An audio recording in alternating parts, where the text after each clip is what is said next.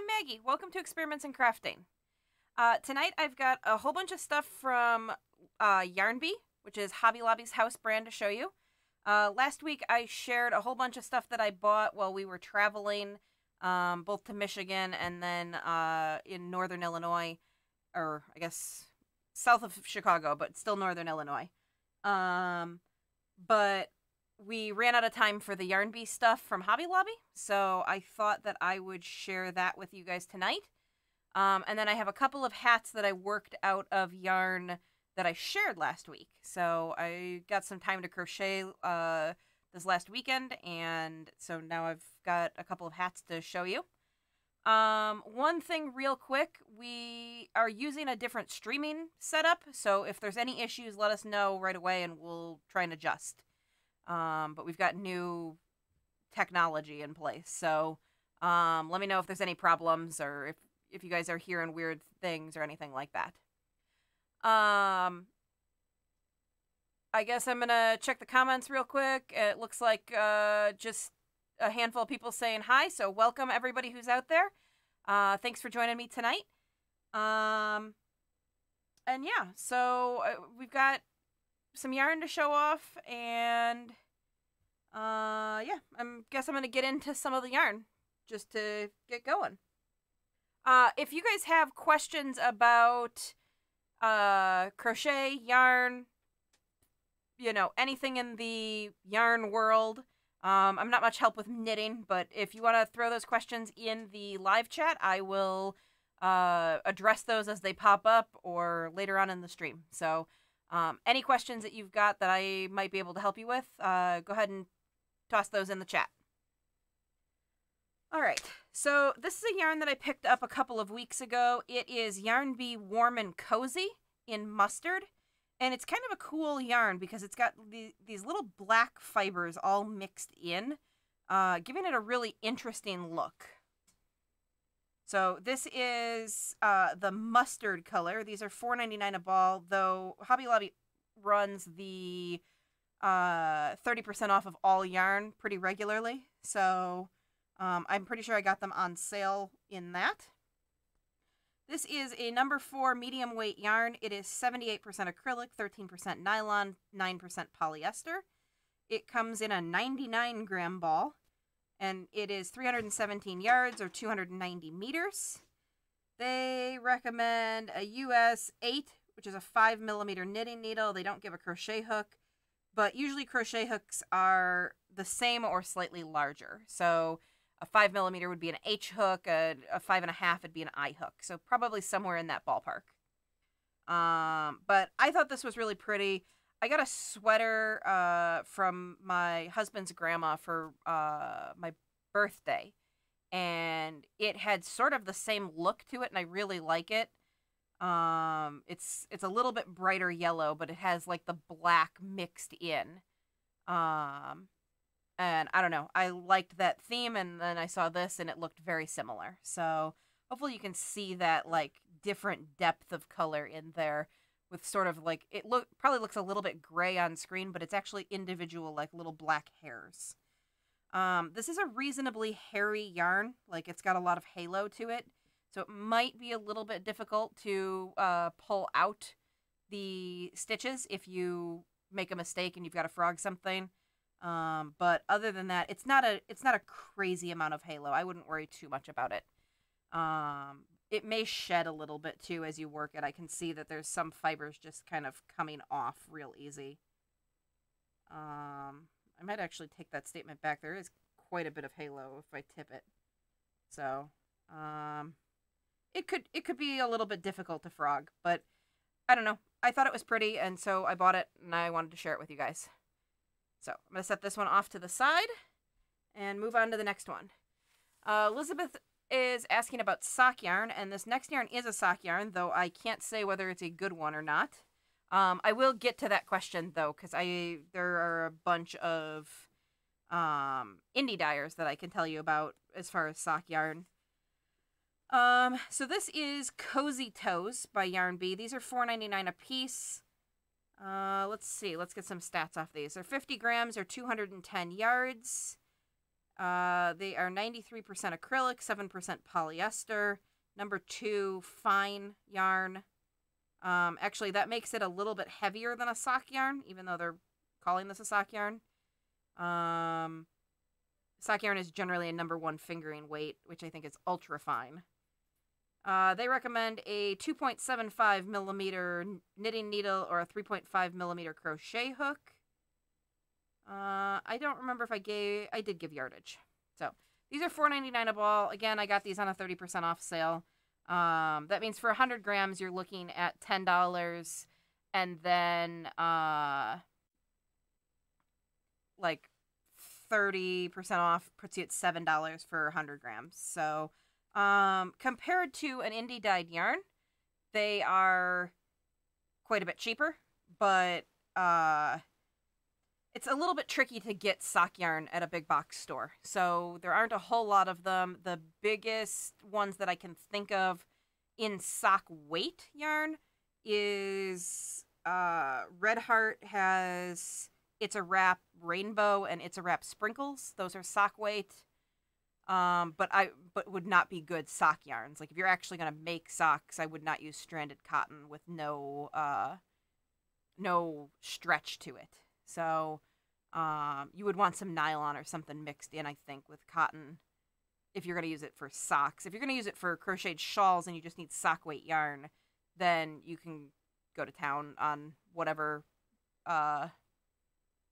fiber content you want. These are an interesting, like, wool-free alternative. So some people are allergic to wool, and so this is an option for that. There's a company, I'm trying to think, Crochet, I think makes the wool-free sock yarns.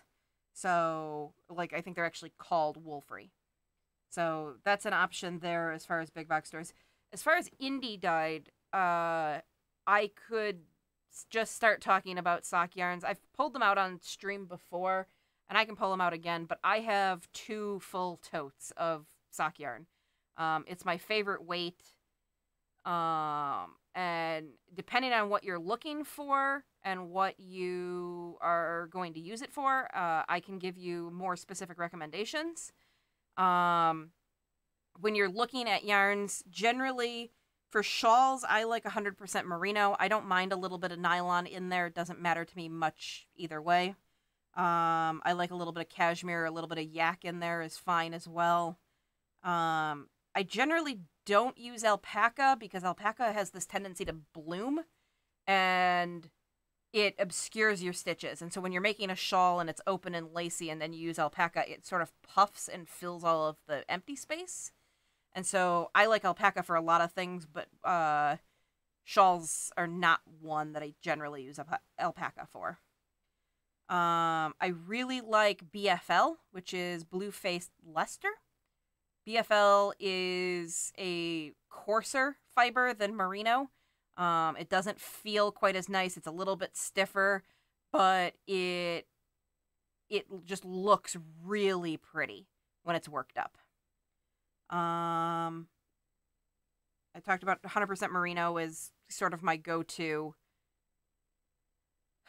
But as far as individual brands go, a really good place to start if you're new to sock yarn, I really like Madeline Tosh sock is sort of a usually entry-level pricing. It's available at a lot of local yarn stores. It's sort of a good one to get your feet wet on.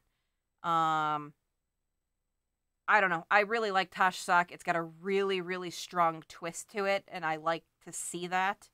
And like I said, it usually is a little bit cheaper than an indie dyed. They're more of it. It's hand dyed, but by a small company, rather than being individually dyed by like a single person. But as far as indie dye, you just have to sort of find a brand or a yarn that just interests you. Find a color that you like, or find a I find it helps to look through finished projects and see what people have made out of it, so you can sort of tell how it works up. Or you can do what I do and go to yarn shows and things like that and yeah, and you can sort of, you know, shop around there and get to actually touch things. So Elizabeth's following up and saying that she's a beginner and wants to learn how to knit socks. So I don't knit at all. I only crochet. I can cast on and knit a little bit. But as far as learning to knit with sock yarn, you're probably best off getting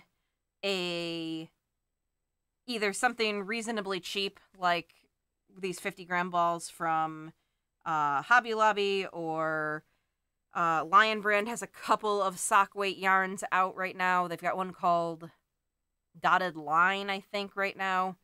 Or going to a local yarn store and getting something from like Cascade. They have nice solid colors. They're usually like in the $9 to $11 range, which is more reasonable than a hand-dyed yarn. So that's probably where I would start. Usually local yarn stores are a good resource at helping you learn too. So they'll a lot of times they'll work with you, and if you're struggling to follow videos, sometimes somebody can help you hands-on. But unfortunately, I'm not going to be a great resource at teaching to knit socks because I don't know how to myself. But sock yarns I could talk about all day.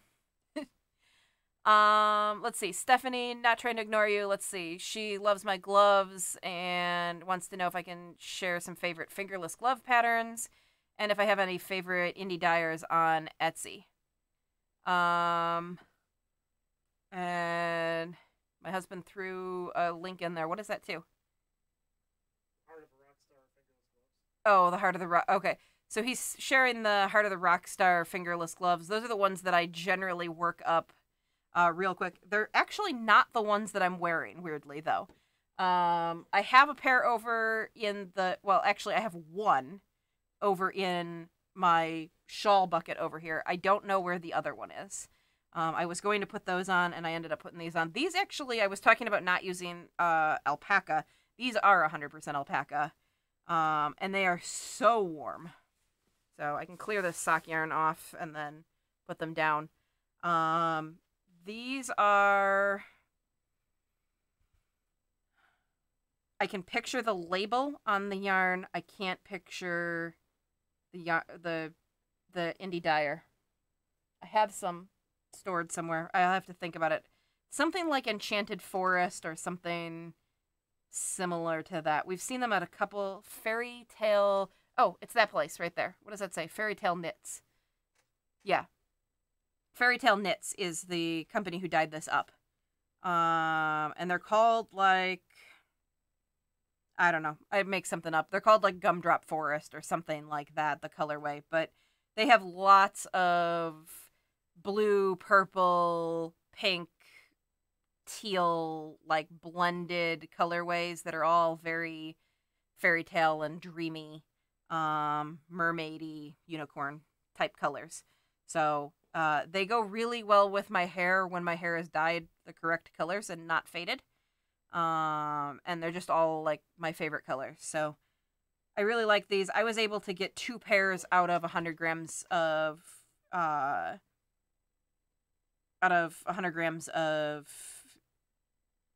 finger weight yarn.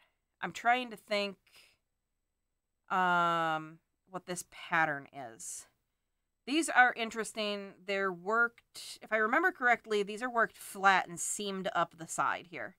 Though I either did a really good job seaming them, or I think I just did a nice job seaming them. I see the seam now. I was going to say I didn't feel the seam, but these are worked flat and then seamed, which makes them a pretty good beginner pattern. I don't remember what pattern these are. I want to say they're like acorn fingerless gloves or something like that. I could be totally making that up. See what my husband can find. I think they were called acorn fingerless gloves or something like that. You can look in my actual library. They would be in my pattern library because I own them. You could just search that for fingerless gloves, but it's a really bad picture if I remember correctly. Like, it's really difficult to see that it's a fingerless glove pattern. Could be. Do they look like this? Those squares? No. Well, anyway, I'll see if I can figure it out. Oh, definitely not that. No, he's showing me pictures. So, I think they're the ones there's a pattern on there, and it's just like a woman's leg, and she just has her hand down by her hip, but you can't tell at all what the pattern is or what it looks like. I had to like go into other pictures. It was not a well photographed item. But anyway, I'll find it later and I can post it. Let's see. Any favorite indie dyers on Etsy? I do surprisingly little shopping on Etsy for yarn. I'm trying to think who I've shopped for or who I've shopped with on there. I do a lot of my shopping in person, and then yeah, most of it I do in person. I go to yarn stores, I go to fairs and festivals and things like that. There are a couple of people I buy from directly, but I'm trying to think who I've bought from on Etsy. The one that I keep going back to is... What is the lady's name? It's a stranded cotton yarn. It's not an indie dyer, though. I'll have to think about that. I can't remember the dyer or the where I get Wooltrum. My Melody by Wooltrum. I've ordered from that a handful of times on Etsy. As far as dyers that have availability online, the one that I'm sort of really, really attached to right now is Sock Obsession Yarns. They dye up just absolutely beautiful sock yarn. Trying to think, who else do I buy a lot of yarn from? I buy a lot of yarn from Good For You, which is these rainbow yarns that you probably can't see real well over here. So I've got these. I've got a bunch of other different yarns from them. This one is Clatta, and it's got little bits mixed in, which makes a really interesting finished project. But she does a lot of pretty dye work. Who else do I buy from a lot? Buy from Good For You. What's the super fancy place? Twisted Fiber Art. Twisted Fiber Arts is an indie dyer that does gradient yarns, I think exclusively. They just do gradient cakes. They're really expensive, but like absolutely stunningly beautiful. It's just the softest, like prettiest yarn, but like I said, they're quite a bit more expensive than even normal indie dyed yarn. I've bought from Fairy Tale Knits a couple of times now.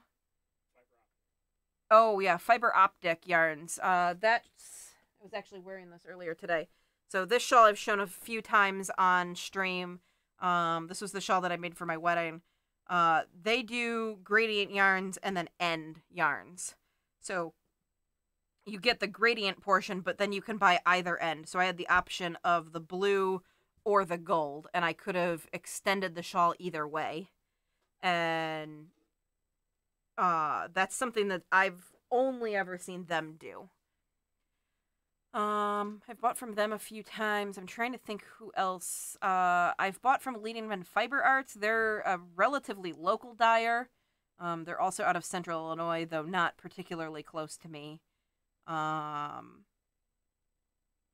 they have a 100% BFL yarn that comes in 150-gram balls, which makes for a really nice extra... Like, that extra 50 grams helps to make, like, an extra large shawl. So, that's always really nice. And I really like the way the BFL turns out. Yeah, I'll have to think some more. But if you guys, so my husband posted in the chat that liking the video, if you're enjoying the stream, helped us out a lot and getting more people to see it. And a lot more people joined in the middle of the video and were able to catch the live stream. So if you happen to want to like that video, that helps us out more than we would have thought. Oh, like this video, not last week's video. Yeah, if you like this video while you're watching it, it helps us out more than we actually thought it would. So, and as always, if you are liking the video and you're new to the stream, and you want to hit subscribe, we'd love to have you join us. We live stream every week.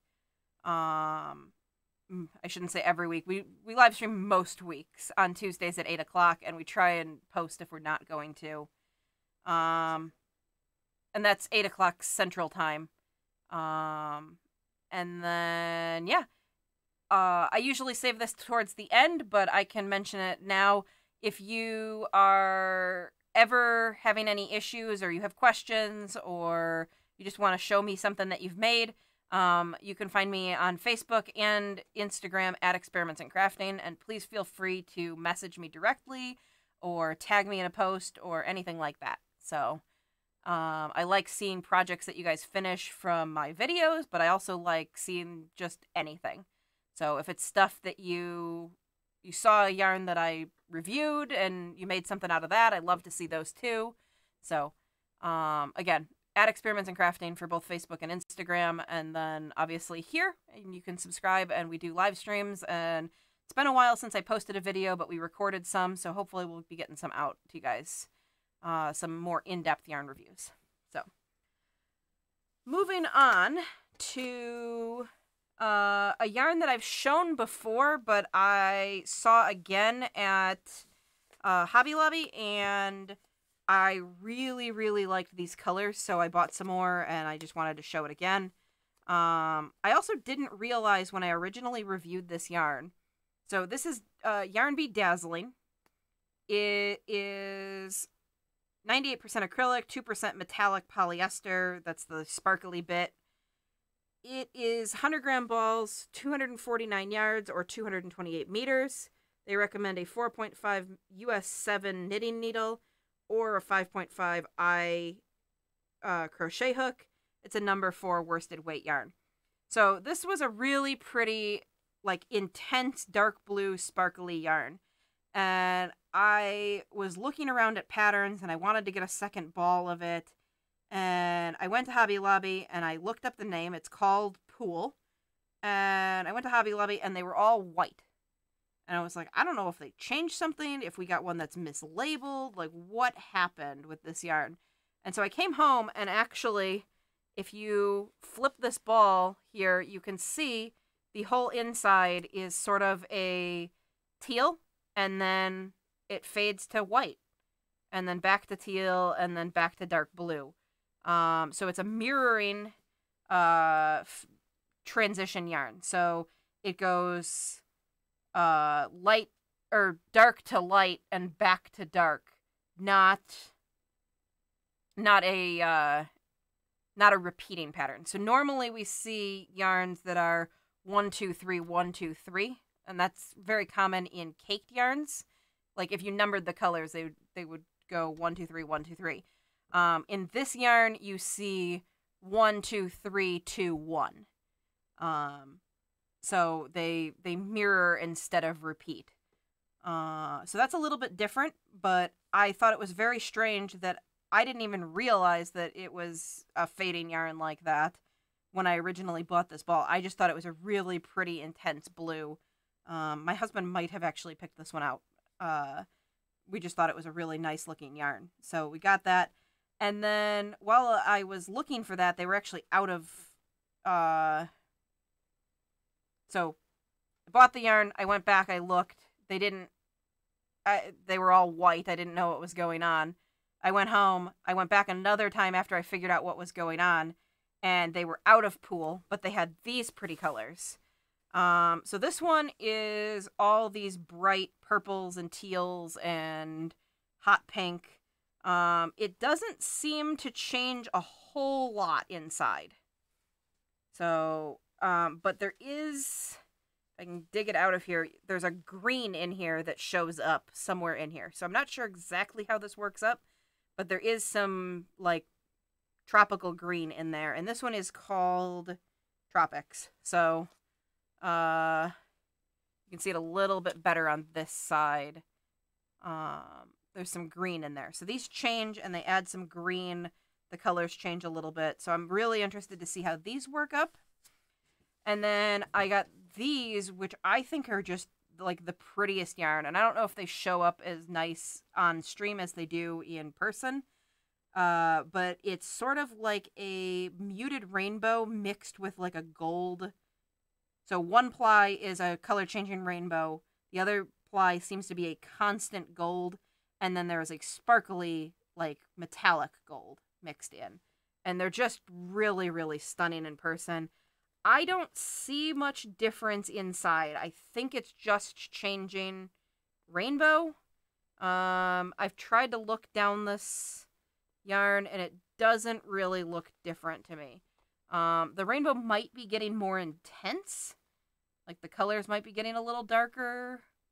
Maybe. I can't really tell. But I don't know. I thought this was really, really pretty. I don't know what I'm going to make out of it. They show like a market bag on here. So that might be something interesting. I always think of market bags being made out of cotton. But I guess they could be made out of acrylic. So this is basically all I had to show you from Hobby Lobby. I don't know if you guys have any questions about these yarns, but they were just things that I found interesting and wanted to share with you. Let's see. Pickles is saying that they made a shawl from Lion Brand Shawl in a Ball, and it's going to tag me on Instagram. Great. That was an interesting yarn because it was sold as Shawl in a Ball for a long time, and then they just started selling it in cakes, which I think was a better idea.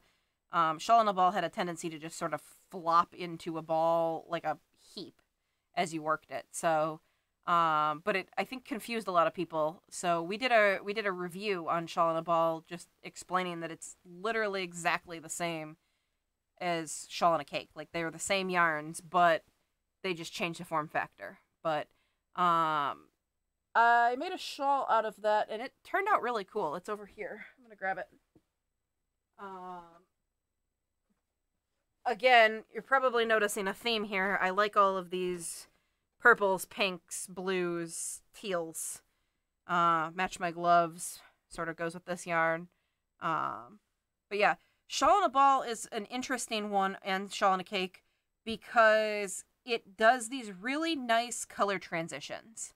So you can see here, it starts out this really bright, like cerulean color, and then fades into a blue-purple, fades into purple. The purple fades really nicely into a light purple, and then into pink. This is another example of a mirrored colorway. So purple, pink, purple, purple, purple, blue, blue. And then it does a whole different color family. So there's a mirrored section and a mirrored section. And then they flip-flop back and forth. So it's got sort of both patterns mixed in. So this is an interesting one. It's really soft yarn. It's actually a surprisingly high percentage cotton. So that's kind of nice if you want some natural fiber mixed in, or if you want just, some cotton instead of acrylic or whatever. I think it's 40 or 50% cotton, which is kind of nice. And a lot of times I don't like to work with cotton, but this worked up really nicely. So Shawl in a Cake has an immense amount of halo.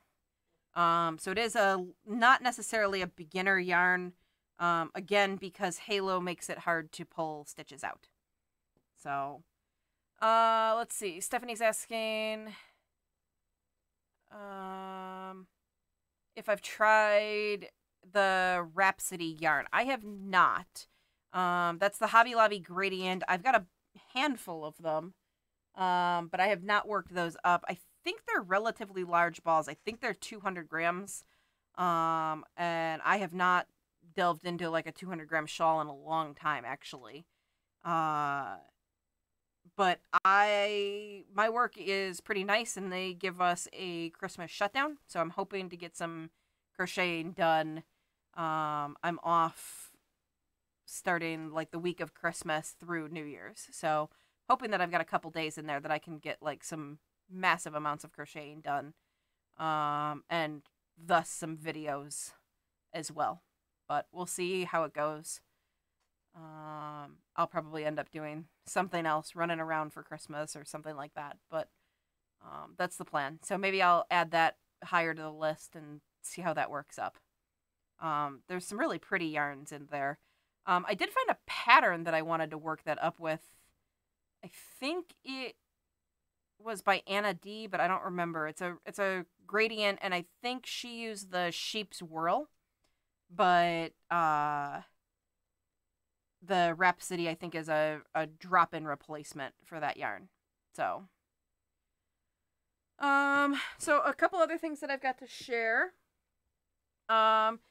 So you might remember last week I showed the Louisa Harding Scintile yarn.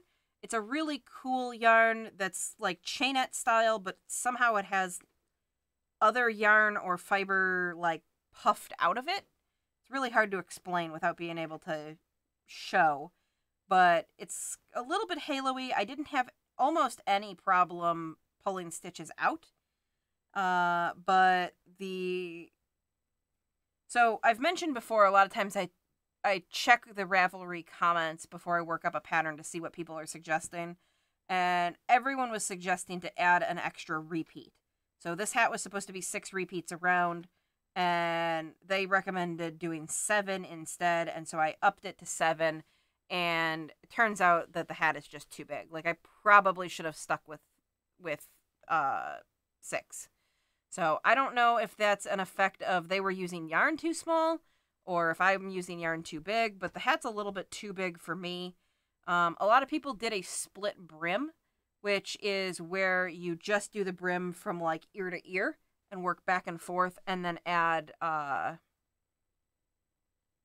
do I want to say, like braids, and make it a hat that has not exactly like an ear flap hat, but worn similarly. So anyway, I'll put this on, but you can see, you can see it's a little bit too big for me.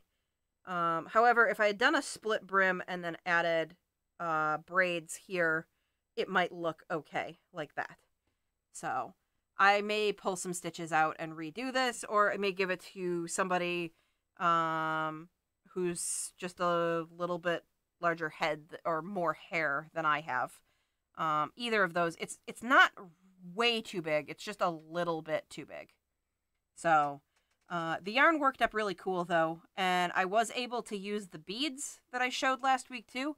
They're pretty hard to see in here because they blend really nicely with the yarn, but I used those 2/0 beads, and I had a little bit of trouble getting them on, but I think the hook that I was using was probably just a little bit too big. I used a 1.5 millimeter hook, and I probably should have gone to like a 1.25 or something like that instead. The hook kept catching on the inside of the bead when I had the yarn in there. So this was a neat pattern. Definitely not a super beginner friendly pattern. These big shells here were not real easy to make. Yeah. Yeah, so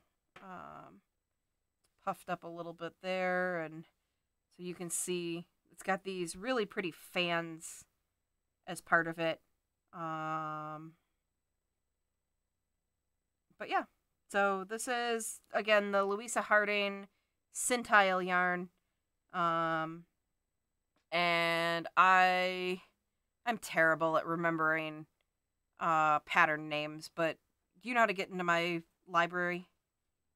Over on the right-hand side, there's like a drop-down menu. You might have to click like my name or something. Oh, okay. Then never mind. I don't remember the name of this hat, but it would be first up in my library because I just bought that pattern. Was a paid pattern. Again, not a super beginner-friendly pattern. The making those big shells is relatively hard work. I struggled with it a little bit. They also recommended sewing the beads on. I did not do that. I added the beads like I was using a beetle needle. And for those of you who watch regularly, you know that I hate pre-stringing, so I definitely didn't do that. It would have been a disaster with this yarn anyway. The other hat that I finished this week is 100% cotton from Blue Sky Fibers. This is a ponytail hat that I made for my sister. I think I explained last week that I made her one before and she shrank it on accident. She left it in a coat pocket and the coat got washed and dried, and so did the hat. And so it shrank and it's like this big. And so I found this pattern. It's a little bit different than the one I made her before. This one was interesting. It's also worked flat and then seamed. And then you work these shells, sew them down, and then you're supposed to sew buttons on. So I haven't done that step. So you can see there's shells here. You're supposed to sew buttons, and then it looks like there's buttons up the side of the hat. So this is intended to be a ponytail hat. I gave it enough height so that so it can be worn a little bit slouchy, or it can be worn snug if you cuff the brim. And I always cuff the brim because I think I look crazy if I don't. So let me find those shells. And so it wears a lot more snug if you cuff this here, and then it still has the shells along here. And so I was pretty happy with how this turned out. The yarn is, it's 100% cotton. It's kind of chunky, and I don't really know how to describe it. It's super, super soft, but it's, I don't know. It's very, very cottony. And I get it's 100% cotton, but it feels a little bit like crocheting with cotton balls. Like it's so, I don't really know how to describe it. Like it's really hard to describe how different cotton is than wool and acrylic and other things. It doesn't stretch. It doesn't like flex. Like in your hands. It's a very stiff fiber, and it doesn't really want to participate in being crocheted. I really have no way of describing that, but it worked up nice enough. I didn't struggle with it too much. It's much nicer than working with like kitchen cotton, like Lily Sugar and Cream or Bernat Handicrafter or any of those. Probably Lion Brand 24/7, though I haven't actually worked with that. What's the other one? Smoothie. What is that? Scrubby Smoothie. Red Heart Scrubby Smoothie.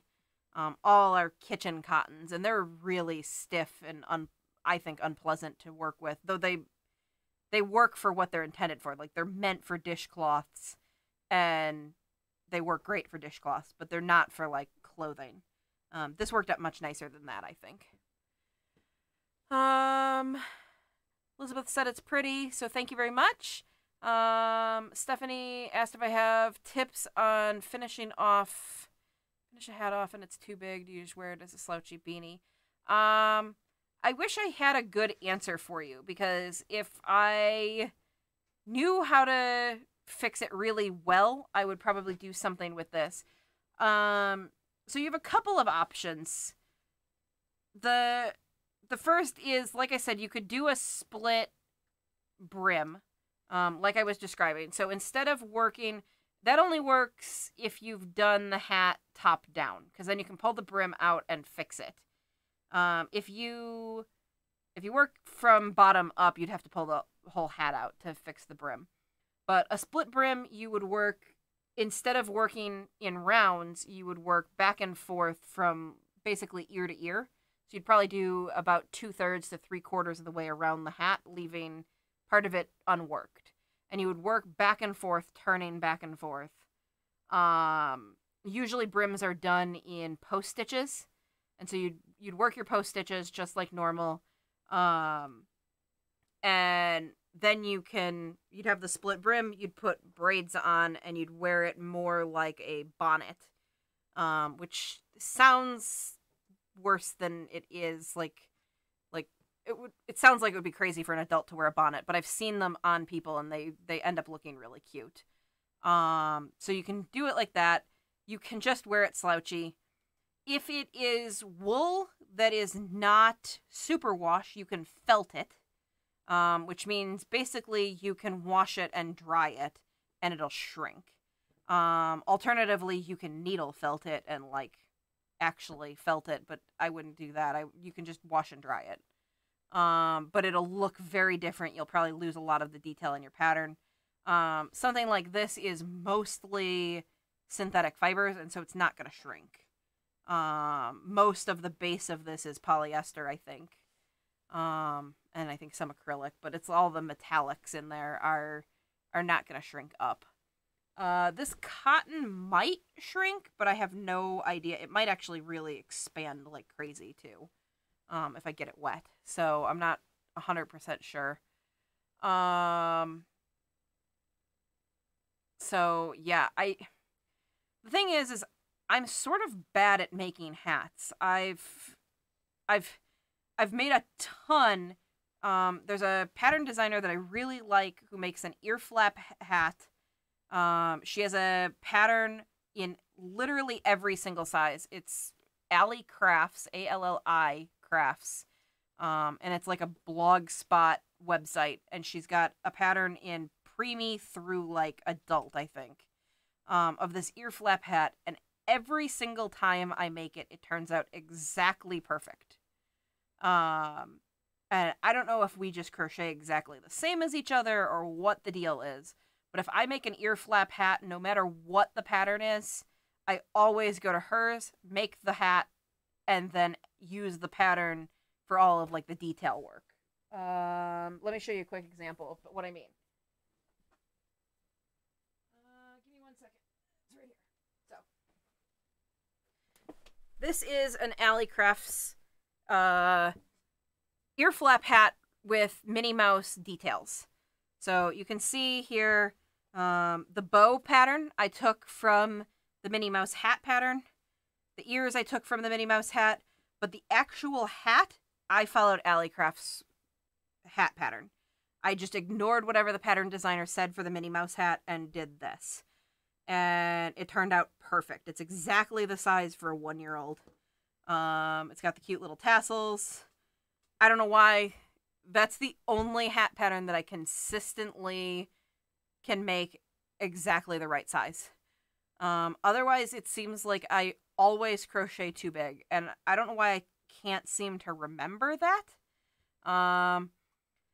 I've tried getting a mannequin. Hold on. We lose the stream? Okay. Alright, we might have had some audio problems, but maybe they're okay. Let us know if there's a problem. Maybe I just got too loud or was tapping the table or something. But, I don't know why it's a lesson that I don't seem to learn, that I should just make things smaller than whatever the pattern is. But, I've tried using a mannequin. The problem with a mannequin is that they don't have hair. And hair makes a big difference when you're talking about a hat.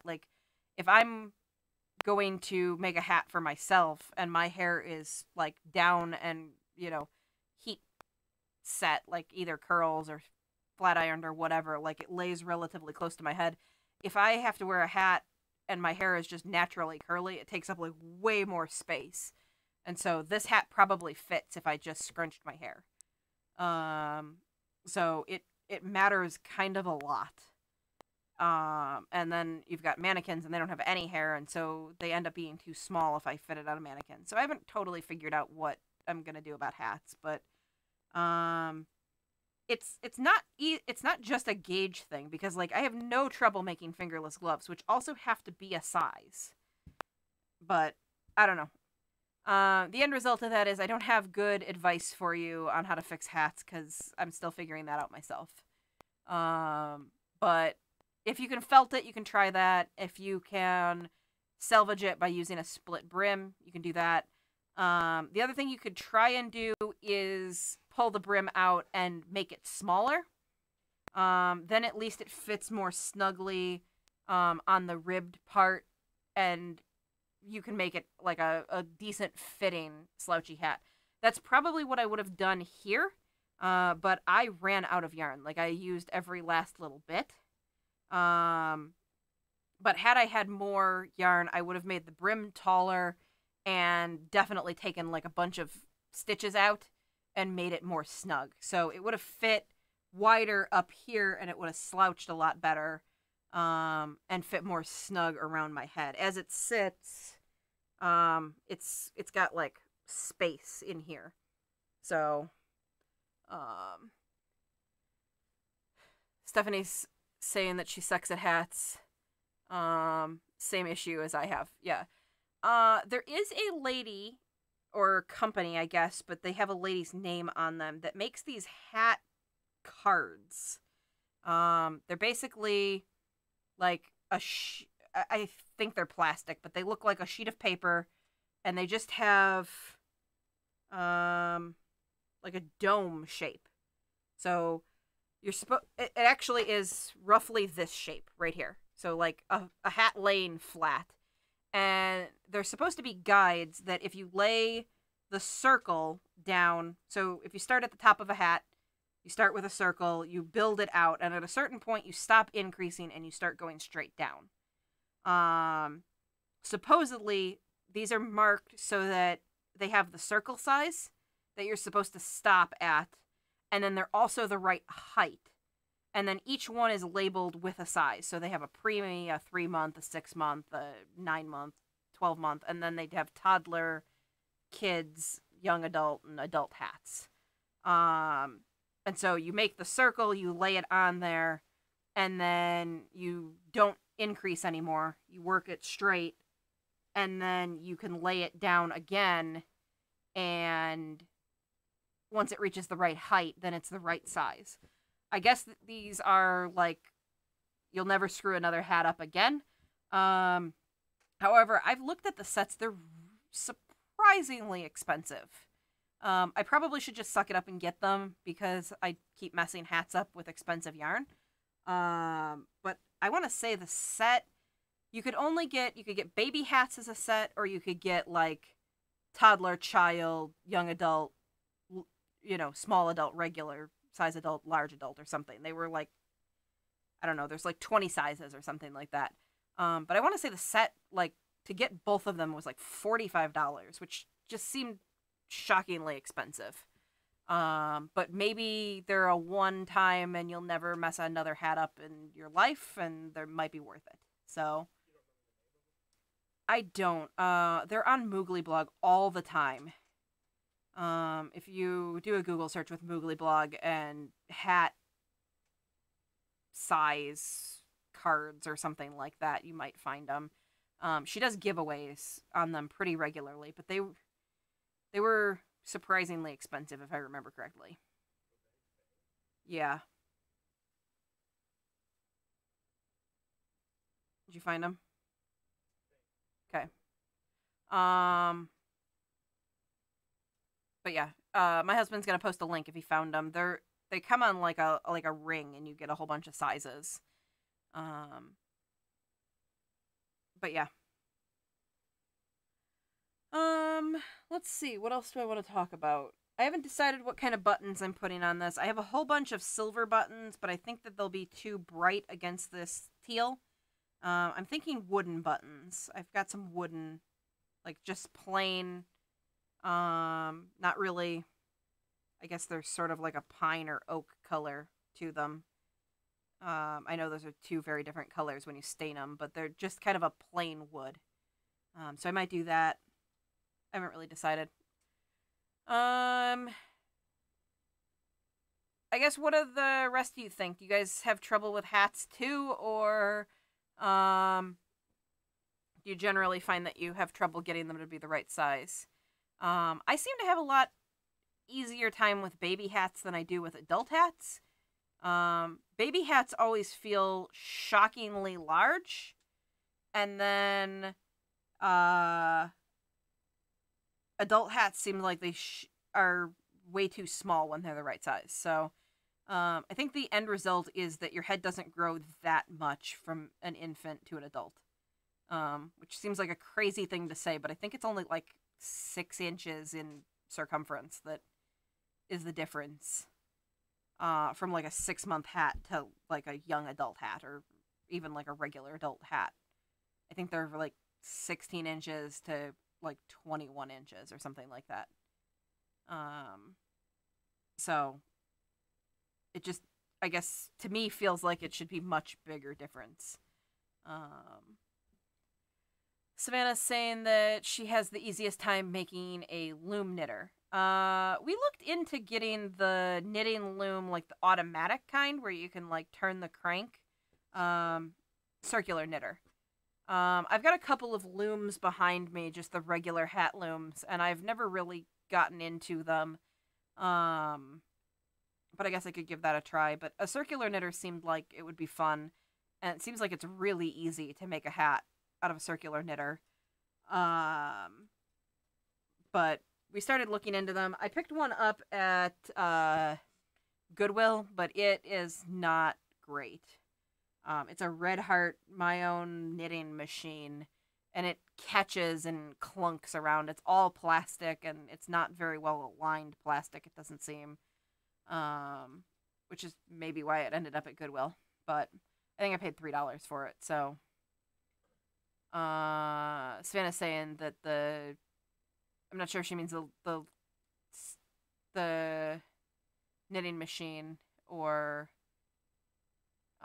the looms, but both seem like they could be much easier than fighting with sizing.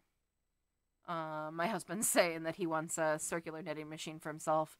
One of the things that gets in our way of making videos is I always want to actually work with the yarn a little bit. There are a lot of reviews out there that's like somebody just bought a yarn and they look at it and then they tell you about it. And that's sort of what I do on here. But when we do an actual in-depth review, I like to have made something.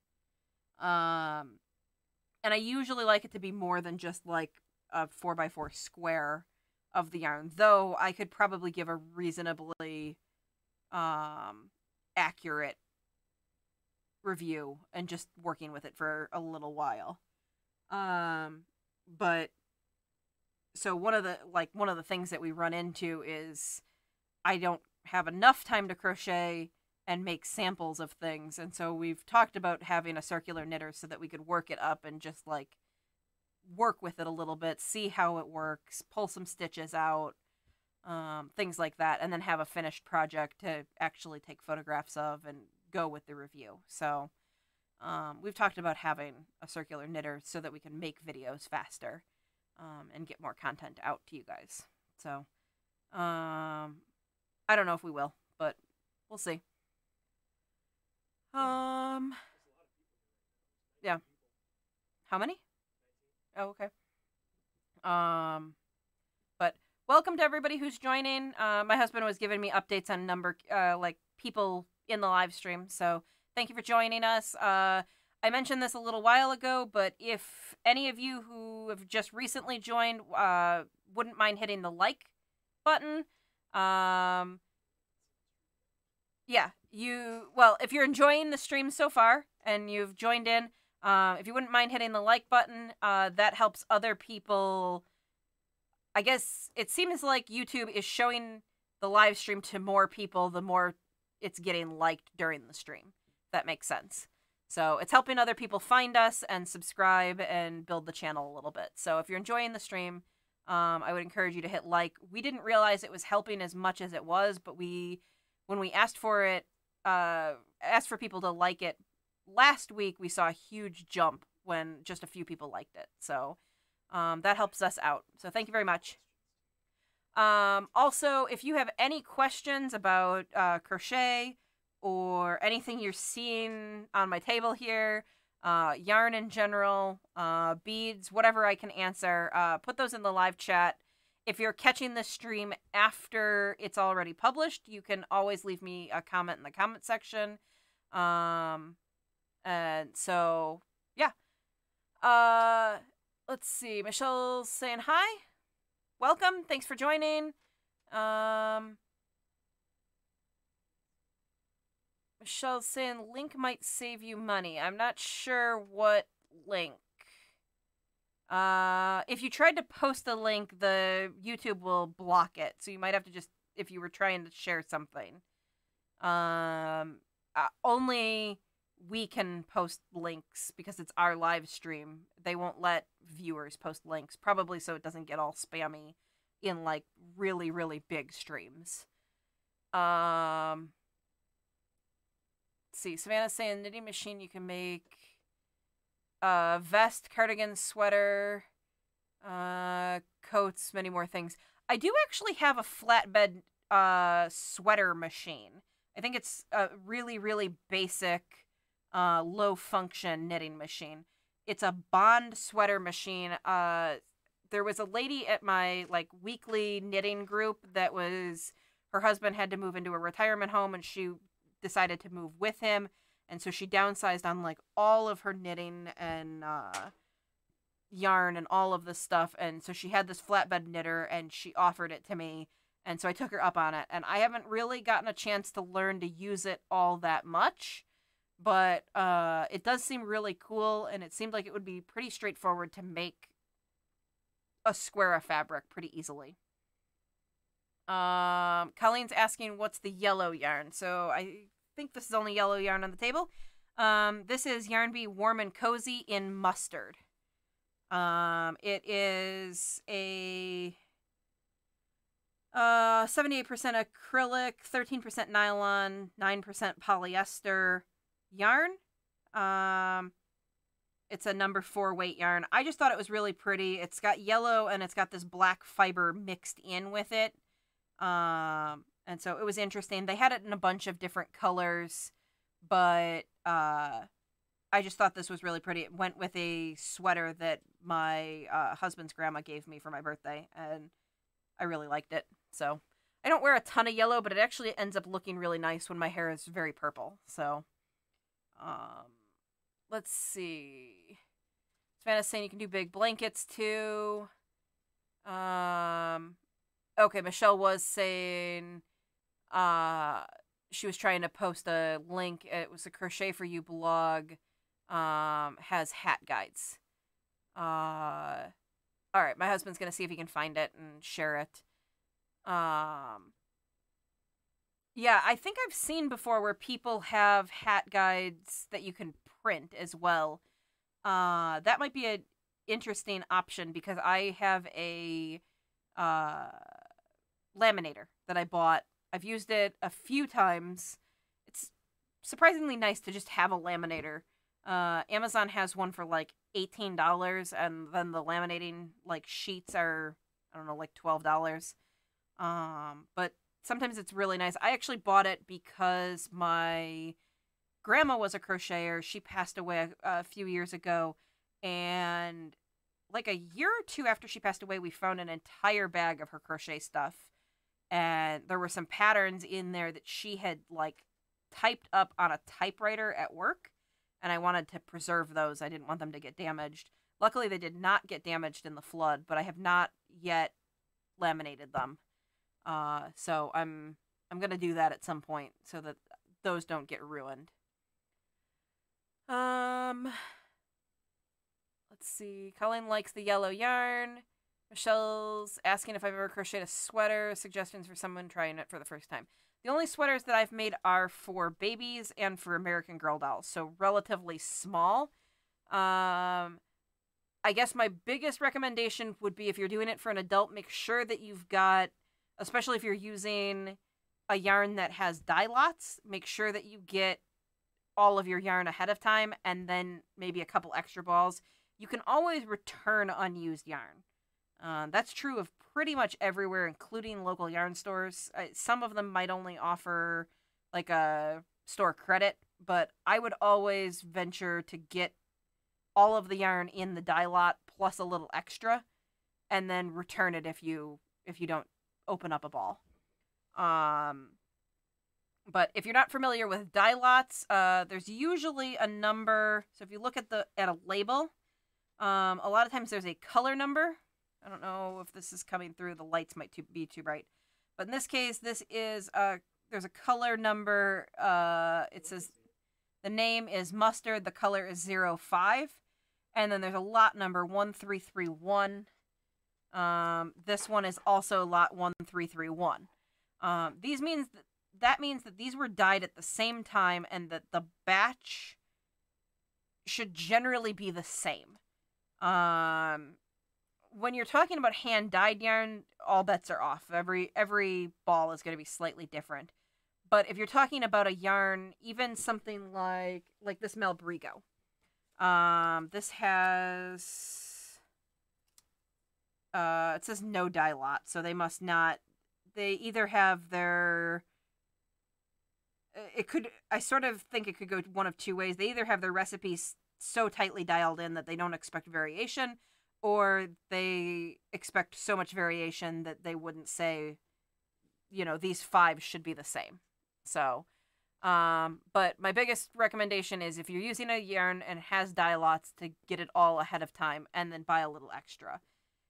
Just because you never know. And if you get 8 balls into a sweater and you find out you need a 9th ball, and you go back to the store, by the time you've worked up 8 balls, they've probably sold a lot of times yarn comes in like bags of 10. They've probably sold the other 2, and you can't get that dye lot, and then you're stuck.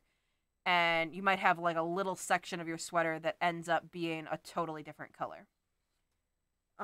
Even though it's the same yarn and the same color and everything, one dye lot to another can have big differences in variation. Yeah, so my husband's saying gauge is important. That's true as well. So a lot of times you can ignore gauge. Things like scarves and shawls and things like that, where it doesn't really matter if it's a little bit wider or a little bit longer, a little shorter, a little narrower, whatever. But on a sweater, it's really important that your gauge matches the designer's gauge, which it will be listed at the top. They'll say they did this many single crochets in 4 inches and it was this many rows for 4 inches. And what you're supposed to do is work up a 4-inch by 4-inch square and see if you have the same amount of single crochets or double crochets or whatever they say in each row, and then in however many rows tall it is. And if you don't match, you either need to adjust your hook size up or down, you need to adjust your tension up or down. You might have to change yarns if it's really, really off to a bigger or smaller yarn. But gauge ends up being a lot more important in things that have to fit. Depending on the design of the cardigan that you're making, it might matter more or less. I've seen these like cocoon style cardigans. Those are going to matter a lot less than a very fitted, like form-fitting sweater. So it depends a little bit on the pattern, but for the most part, gauge matters a lot more for sweaters than it does for a lot of other things. And Michelle's confirming that that's the link that she was trying to post before. That's the hat patterns. or the hat guides. It's like a guide for how to size a hat. Oh, okay. It's a guide for how to size a hat. So hopefully Stephanie and I can follow it and make better hats.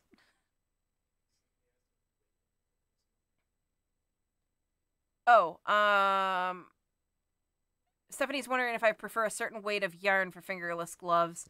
I prefer using sock weight or fingering weight yarn for pretty much everything that I can get by with using it for. That's what these are. These are definitely a number one super fine or fingering or sock weight yarn.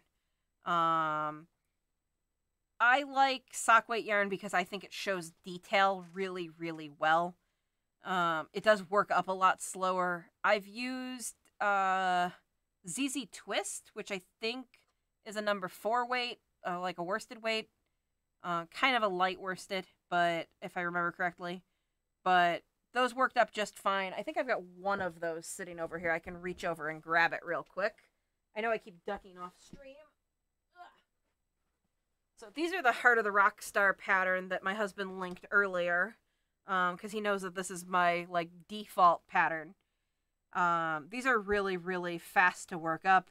It's a designer that I've recommended on probably every stream that I've ever done, just Rachel New and Designs. But these work up really nice. They're a paid pattern, but they're definitely worth it. I think you get a discount if you buy the gloves, hat, and cowl all together. But these fingerless gloves I've made a bunch of times. And I think these are a worsted weight. The ZZ Twist, though, shows detail really, really well. You can probably see, like, you can see all of these, like, spirals through here. And just the stitch definition is really, really something here. I think it worked up really well. So, I guess my answer is anything will work if it's the right yarn to go with the pattern. So if you want something that shows your stitches really, really well, it doesn't have to be a super tiny yarn, but it does have to be a yarn that will show detail. Like this is a really, really hard twist, and it just shows detail really well. If I used something with a whole lot of hair, it would have obscured the stitch pattern on here. If that doesn't matter so much, like in these gloves, this is a very hairy yarn, but the pattern wasn't as important because it's sort of just lacy and generally shelly. And I wasn't trying to see the texture of the pattern so much. So you get a general feel for it, but you can't really make the stitches out individually. Savannah's asking what size hook. Hold on a second. She's got a comment up higher that we missed. Bought Summer Nights yarn. Way too thin. What do you make with it? Trying to make a toddler dress, but it didn't look good. Summer Nights is relatively recent one from Lion brand. I think it's a fingering weight yarn. With fingering weight yarn, I generally use an E-hook. Yeah, so it's fingering weight. So I generally use an E-hook if I'm working with fingering weight yarns. I've made one toddler dress, and actually it was a baby dress, not toddler, out of fingering weight yarn. For a 6-month-old, I think. And I probably also still used an E-hook.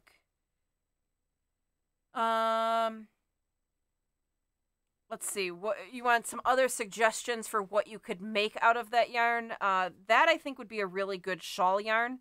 So if you like fingering weight shawls, I think that's a 100-gram ball. If depending on where you bought it, it might be 200 grams. I have Summer Nights in both sizes. I don't know why they sold it in 2 different sizes, but you can make a really nice. I think that yarn is partially cotton too, isn't it? Acrylic and polyester. An E-hook is a 3.5 millimeter hook. Sorry, I think that's a US E-hook. But yeah, 3.5 millimeter. So relatively small, but that seems to work the best for me with fingering weight yarn. I think that would make a pretty nice shawl. It should be pretty drapey. It's got a little bit of sparkle to it. The other thing that you could do if you found it too thin to make a toddler dress is you could do two held together. It would be a little bit difficult because that is a variegated yarn. And so what's going to happen is you're going to have points where, like, let's say it's blue and green and white. I don't remember what colors it comes in. But if it's a mix of blue and green and white, you're going to have spaces where you've got blue and green laying next to each other. But you will also have spaces where you'll have, like, blue and blue next to each other. And so it's going to look a little bit different than the yarn would if you worked it up with just one ball. But you can just hold two right next to each other, crochet them like they're one yarn, and then you would use, let's see, so 2 fingering weight yarns held together is going to make roughly a worsted weight, probably closer to a DK weight. At which point you could use like a 4.5 millimeter, 5 millimeter crochet hook and follow a pattern that calls for a DK or worsted weight yarn. She says she was trying to use a 4 millimeter, so it was a little bit too big. Yeah, 4 millimeter, generally I keep for like a really thin DK or a sport weight yarn. Sport weight is between, it would be a number 2 weight yarn. Like if you look on the package and it says 2, I think they're lightweight is roughly what I use a 4 millimeter hook for. Yeah.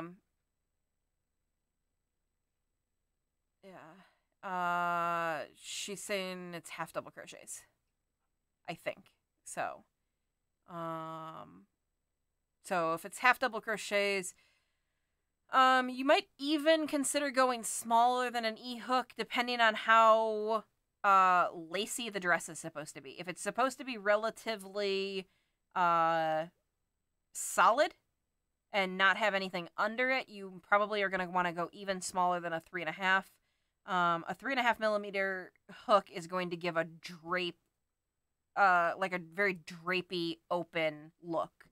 So I use a 3.5 millimeter for shawls, which gives nice drape. But if you want it to be very solid, you might need to go down a hook size yet. 3 millimeter, at least in the US, is a relatively uncommon hook size. I think you've got to go to 2.75 or 3.25. I think of all of the hooks I own one 3 millimeter hook, and it is from Europe. It's a weird square hook that is not. No, it's got a really weird. I think it's upstairs. Yeah, I think it's upstairs, but it's a weird square hook that only. Yeah, if it's a Christmas dress, you probably want to go down another size, because if it's not open and drapey, like a summertime dress, it might be a little bit too drapey. Yeah, 3 millimeter might get you, if you've got a 3 millimeter hook, might be in the right ballpark. Again, I would maybe consider holding 2 together and working it up like worsted. The other, or slash DK, the other thing that gives you a little bit of advantage there is it works up faster that way too, because you're using a bigger yarn then. And since Christmas is only, surprisingly, 2 weeks from tomorrow? It's coming up really quick. So, I think I missed some comments up higher. I see New Day Crochet says hi, so welcome. Thanks for joining the stream. Did I miss anything above that? That's as high as I can see. Okay, I thought I might have missed something from Stephanie. She said a certain weight of yarn. We were talking about weights of yarn for fingerless gloves. I think we covered that. Yeah, I like fingering weight, but you can use anything as long as it goes with the pattern and the intent to. I generally wouldn't use anything heavier than a worsted. I guess I should clarify. I don't think you're gonna like fingerless gloves out of like a extra bulky yarn. They're just gonna be the thing about fingerless gloves that makes them very nice is that you don't lose any of your dexterity. They don't get in the way of your fingers. They're not like restricting your motion. They keep your hands surprisingly warm for not covering your fingertips. I actually put these on not just to show them off, but because my fingers were freezing. I have terrible circulation, and so if my hands get wet or cold, even a little bit, then like I can't get them warm. And so even though the gloves aren't actually covering my fingertips, they make my hands warmer. So it helps quite a bit. Yeah, and my husband's mentioning that we turn the furnace off because it's like 7 feet from me, like right there. And it is really, really loud on stream. We've tried it before and it doesn't work, so we shut it off, but it gets cold in here fast. I think it's like 22 degrees or something outside right now. So we lose heat pretty quick. But I also was shopping and doing stuff, and so I came in from the cold, and then I washed my hands, and then I couldn't get warm again. So, yeah, yeah. We were recording on Sunday, and we forgot to turn the heat back on after we recorded, and it was freezing when I was trying to go to bed, and I was like, I don't know what is going on, and then I remembered that we never turned the furnace back on. So,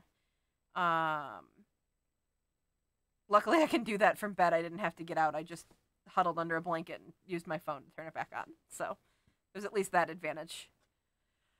All right. What else you guys want to talk about? I don't know if anyone else has additional questions or wants to talk about yarn, has any ideas for next week. Next week will be probably the last Tuesday stream that we're able to do, because I think Christmas Eve and New Year's Eve, the last Tuesday stream we're able to do for the year, because Christmas Eve and New Year's Eve both fall on Tuesdays. Though I don't know that we have plans for New Year's Eve, so maybe we'll stream anyway. Christmas Eve we travel though, so we probably will not do any streaming Christmas Eve, but that doesn't mean we won't move the stream till later in the week. Like I said, I'm off the later part of the month, and so I should have a little bit more flexibility. Maybe we'll do an earlier stream or a Saturday stream or something a little bit different. So keep an eye out, I guess. If we do something really late in the week, then we might not stream again on New Year's Eve. Like maybe we'll just split the difference and do a Friday stream or something. I don't know. Keep an eye on Instagram or Facebook at Experiments in Crafting. I'll post there what we're gonna do. And then I'll also post on the community tab on YouTube. So I don't think those go out, like notifications if I post on the community tab, I don't think those go out to subscribers. So you'll have to actually like look on the tab. But if you follow me on Facebook or Instagram, you should get notifications when I post something. Stephanie's asking if I've crocheted any ornaments. I have not, but I have crocheted some doilies, and I think they're pretty similar. Well, so it depends on the type of ornament. I've crocheted some amigurumi, and I've crocheted some doilies, and those are pretty much like the two types of ornaments that I see. They're basically doily based or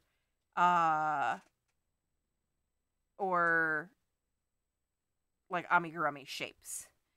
Savannah's saying Merry Christmas. Merry Christmas to everyone out there. Merry Christmas to you as well, Savannah. So thank you. Yeah, we should be able to stream next Tuesday. So we've got one more week in there, and then we'll figure something out for the later part of the month. Going back to the ornaments, I've made some doilies. I really like making doilies, but you have to almost like get in a different mindset. Crocheting doilies using like really thin crochet thread is like totally different than using yarn. It's very, very like rigid, tough. Again, it's cotton. Doesn't really flex, and then you use teeny tiny hooks, and you have to use high tension. And it's a totally different like type of crocheting. And so I find that I have a hard time going back and forth between doing thread crochet and doing yarn crochet.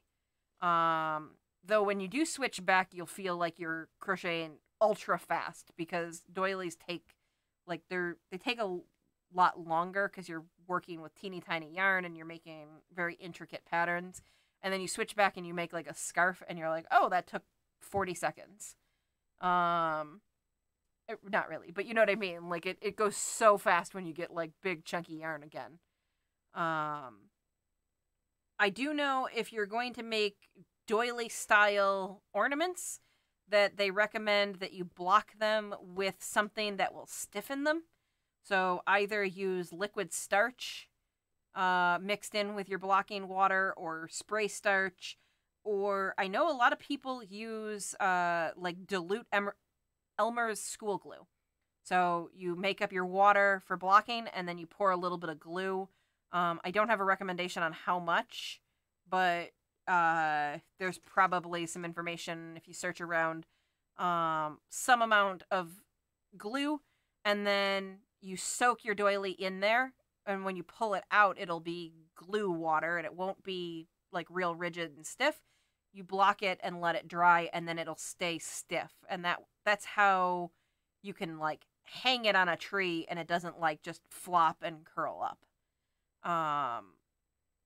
I recently, how do I want to say this?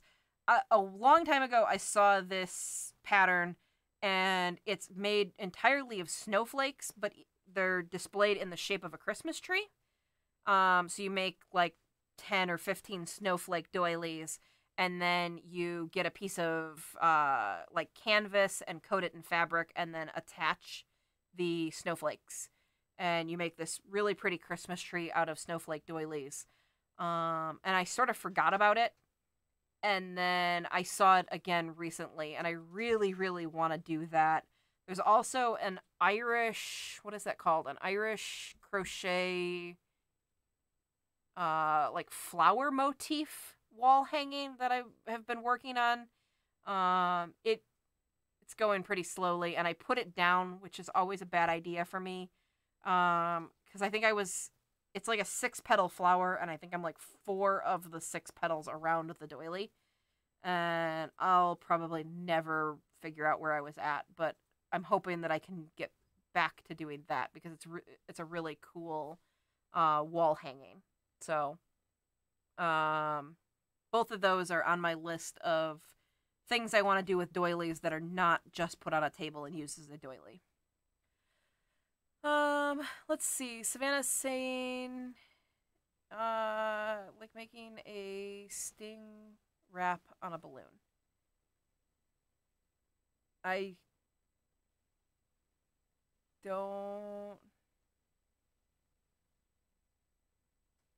think there's a misspelling in there that I'm not quite sure.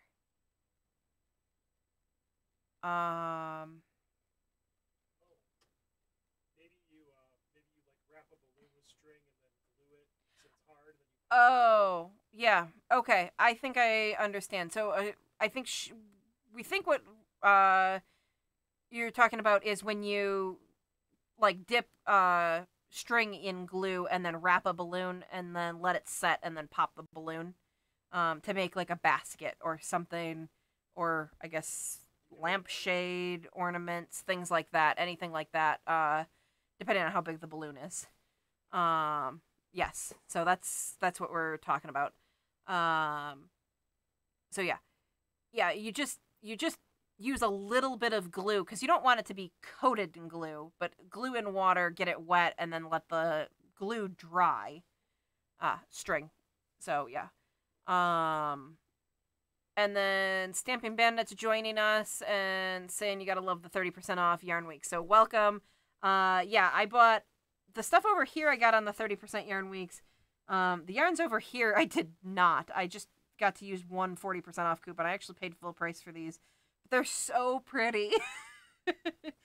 I don't know what I want to do with this yarn. It's really, really pretty.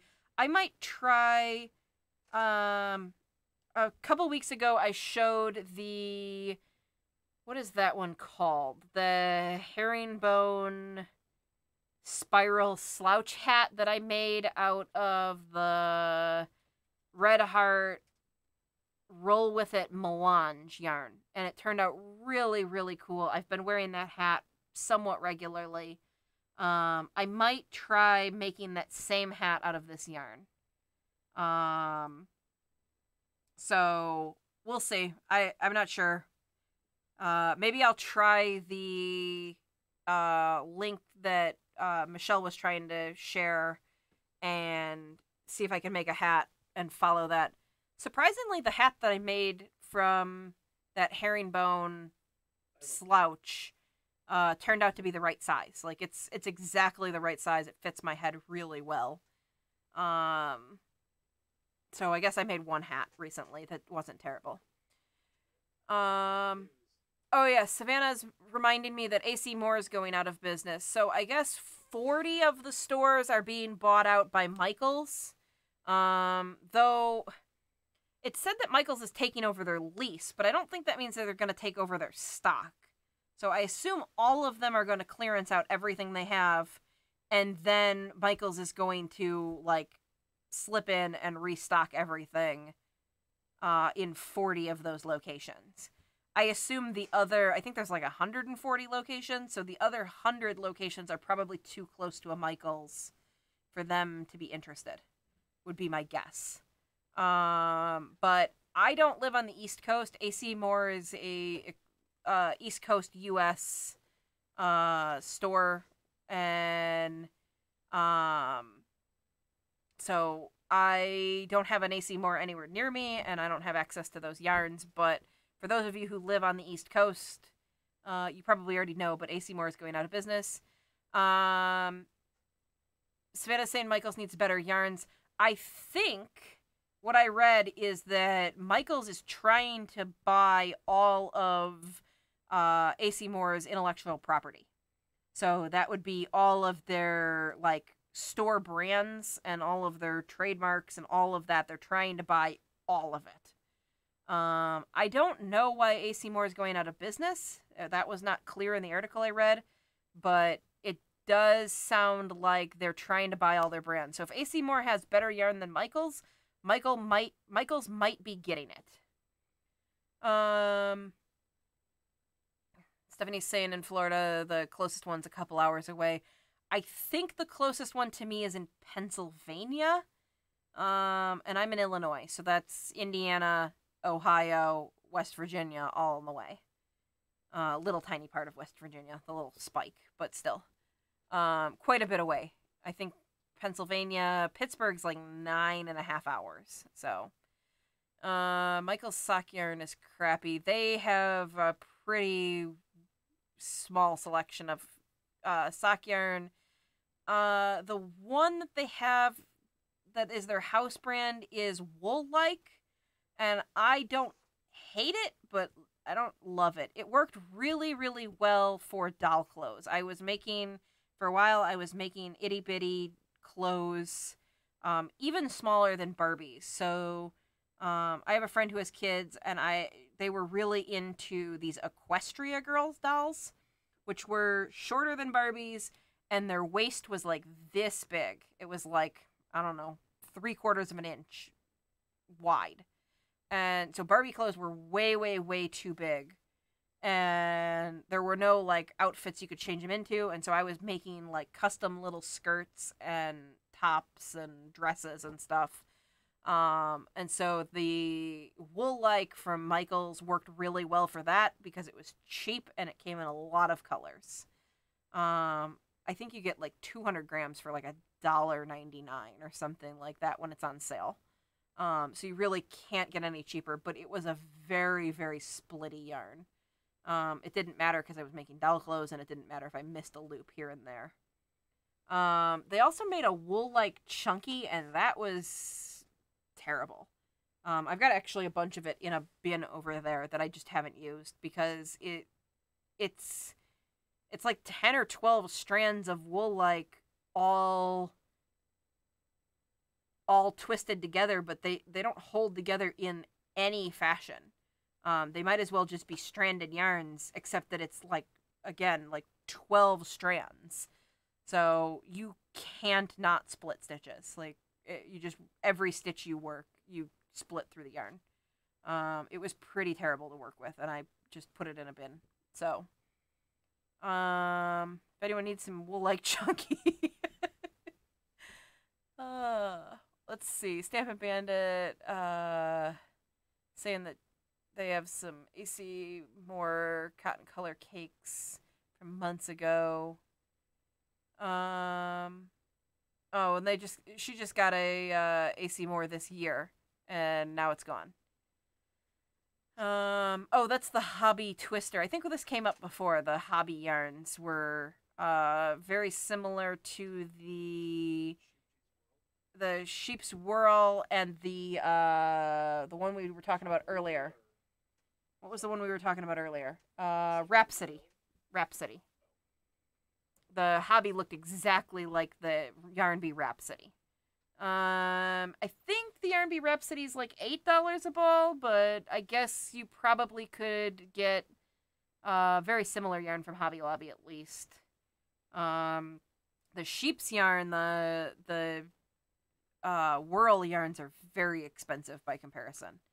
I think to get them in the US is like $30. I think they're like 24 British pounds, and then you gotta ship it. There's some conversion costs. They're like $35 to get here. So, trying to think what else I've got to talk about. What would you guys like to see next week? I've been trying to think. I don't think I'm going to do much yarn shopping, so I probably won't have many new things to show you. I've pulled yarn out of my stash before and shown that. We've done... I know there's a lot of videos that you guys are waiting on me to make, and hopefully, again, with some of that time off I've got here at the end of the year, I can get a few tutorial-style videos. Those take a lot of time over a couple of days to make, but hopefully we can get those together. I know there's a beading video that some people are waiting on. There's some mosaic crochet that a couple people wanted to see. I found a really cool mosaic crochet purse in a pattern sale recently, and I picked that up. So I'll probably share that if I make that. Savannah's asking if there are any sparkly new yarns available. There's pretty much always sparkly yarns seem to crop up. These Dazzling yarns that I showed on stream are sparkly, and I really like them. So these are sparkly. What have we bought recently that's sparkly? So if I'm looking at sparkly yarns, this style of yarn is not my preferred choice. So this yarn it's a strand of yarn, and then there's sparkle, like a thread wrapped all the way around the yarn. I prefer my sparkle to be mixed in. It's usually called stellina, and it gets spun into the yarn. And it's like little fibers just like the yarn is made of, and it just works a lot nicer. It's also usually a little bit softer. This stuff usually has a little bit of scratchiness to it though I don't actually feel it at all in this yarn. It looks like it's pretty buried in there. But a lot of sparkly yarns tend to have, tend to be a little bit scratchy. I'm trying to think. What have I seen recently? Simply Soft Party I have used recently. I used that on an edging for a blanket, and that turned out pretty well.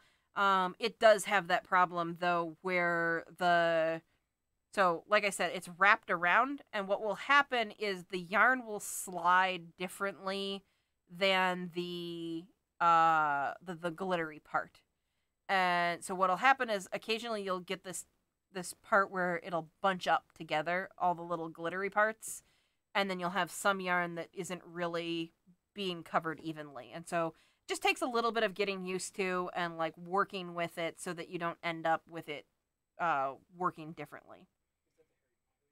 Yeah, that was when I did the Harry Potter, the Ravenclaw blanket. It's like a gray edge that was done with Simply Soft Party. What is the name of that? Red Heart Amour? Oh, he's gonna pop up the edging that I did with the Simply Soft Party. So this was done with Simply Soft Party. It's a really dark gray. It's very, very pretty in person. But and worked up on the edging of a blanket like this, even if it is a touch scratchy, it didn't matter because you don't really interact with the edging all that much. It just looks really nice. But yeah, Red Heart Amour, I think it's called. I could be wrong about that. Amour. Oh no, it's the Hyuga Charm, or Hyuga. It's that. I never remember. Danish? I don't think it's Danish. Dutch. Icelandic. It's the Hyge. It's the word that you keep seeing around all over the place. But it's yeah, that's right. Amour is like feels like butter. The Hyuga Charm has sparkle in it. And I'm working on a cabled like hood type of thing out of that. It's working up slowly, not because of the yarn, but just because the pattern is really, really solid and made entirely of single crochets on the side. So it just is going very slow. I haven't made much progress on that. But yeah, as far as sparkly yarns, I really, really like Stellina. I probably have a shawl that I can show. Ooh. Otherwise, you sorry. Get some twisted fiber arts because all the twisted fiber arts are sparkly like that. All the ones we've bought. Yeah. This is twisted fiber arts right here. All right. Let me clear some things away, and I'll show you what I mean by the Stellina here. Okay. So on this shawl, you can see, hopefully this shows through on camera, but the sparkle is very random and not swirled around. Each of these pieces, and I can pick out, like if I work at it here, I can pull a single, I lost it. I can pull a single fiber of sparkle out. Just like I could pull a single fiber of wool out if I picked at it. But what you get with Stellina instead of wrapping it is a incredibly soft yarn that's very, very consistent. You don't have the sparkle bunching up or anything like that. Stellina is actually the name of the sparkle that they roll into the yarn. So you can get it in all sorts of different yarns. This particular yarn is done by Twisted Fiber Arts. They're an indie dyed company that I mentioned earlier. They are on the rather expensive side. So indie dyed yarn is expensive, like much more expensive than big box stores. Twisted Fiber Arts is expensive for indie yarn. That being said, it's absolutely beautiful, and I have a couple balls, and their stuff is just really stunning. But yeah, the sparkly stuff that they add to the yarn when they twist it is called Stellina. Similar to saying that it's made with baby alpaca or it's made with yak. Being made with stellina is just like the fiber type. Let's see. Savannah's saying she wants to make a cape with a hood, like a coat style for the winter. I've seen a few on Ravelry. There's not a ton that are full-length coats. The thing that I'm making is more like a dicky. I don't really... It just comes down to a point here and a point in the back and has a hood.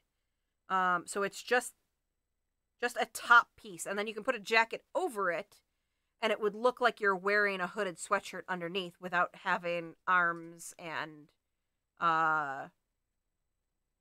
like if you buttoned a jacket and buttoned it to here, the cowl would be laying underneath and it would look like you're wearing a full sweater, but it's just a hood and like a piece covering here. It's not really like a cowl, but I think that's what I think it's a pattern, says that it's a cowl. It's a cabled hooded, I think cowl is what it's called, and it's by Red Heart. It is a free pattern. Can I think of any fur yarns that have sparkle in it? I cannot off the top of my head. It looks like Bernat has a sparkle fur. Oh, Bernat has a sparkle fur? I'm seeing it on a website. So my husband's saying he found a Bernat sparkle fur, though it looks like it's discontinued. There's lots of eyelash yarns that are sparkly. Eyelash yarns look like tinsel, so they're all sparkle, but they're not furry like Lion Brand's got Go for Faux out right now. And that's like supposed to be like fake rabbit. But Hobby Lobby has a big section of sparkly eyelash yarns that they look just like very like small tinsel. They're just as sparkly. They look like Christmas tree tinsel, but they're, yarn thickness. Trying to think if I've seen any other sparkly yarns. Yeah, very similar. My husband's showing me a picture of Ice Yarns has some, again, eyelash yarn is what it's generally called. Sequin yarns. I've done, I think, 0 work with sequin yarns. There's a couple of them out there. The closest thing that I've worked with had like little puff balls on it. It worked up very similarly, but it was not sequins at all. But yeah, I have not done anything with sequins. Things like that you can find, I guess what I would call like odd yarns or different yarns. It seems like Hobby Lobby has the best selection in just like weird random ones that like you want to just try out. They've got the most variety of that. Other than that, local yarn stores seem to be the best place to get like trendy fashion yarns, things like that. I very rarely see things like that at Michael's or Joann Fabric. There's a couple of Joann Fabrics that are really big that have some crazy yarns, but other than that, rarely do I see it at those places. AC Moore might have had it, but I don't know. Stampin' Bandit likes the Twisted Fiber Arts gradient. They really, really know what they're doing as far as gradients. Like I've mentioned a couple times, they're pricey, but they know what they're doing. Plus, this is probably one of the softest yarns I've ever felt.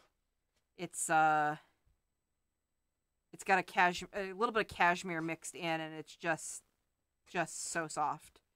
So, we talked about this a little bit last week. This pattern looks really cool, but what ended up happening here is that it's not really quite wide enough for me to wear like I'd like to. So So what ends up happening is that the little tails are just a little bit too short. That's my hair. There's the tail. So I end up fighting it a little bit. So usually what I do for shawls like this is just tie them in the back. And then they can't unravel. And just hide the knot under my hair. So that way you can see more of it and it lays a little bit nicer. But I would have liked about 30 more grams to make this shawl just a little bit wider. If it was a little bit wider, it would wrap my neck a little bit nicer and lay a little bit nicer. So,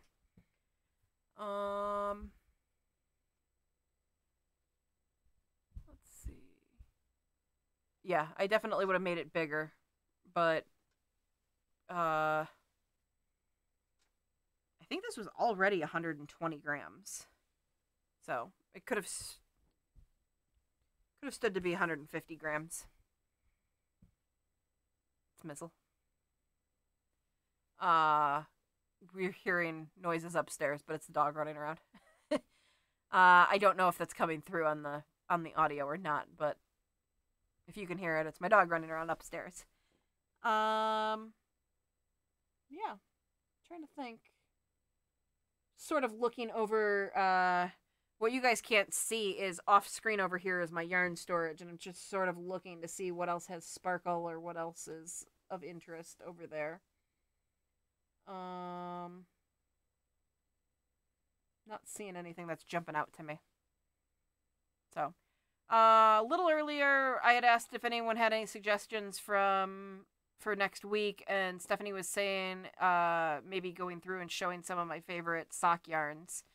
I can certainly pull the boxes out and go through those. I think I've done that once before, but I love digging through my boxes of yarn and showing you what I've got, and we can talk a little bit about what I look for when I buy them. So we can discuss that a little bit. Stamping Bandit's asking if I showed in-progress projects. So I've got 2 in progress right now, and I don't have either of them sitting down here next to me. One is the hood, which I've made no progress since the last time I showed it. And the other... Huh? The hood might actually be, like, right at the top of the stairs. The other one is in the Harry Potter bag, which is probably in my backpack.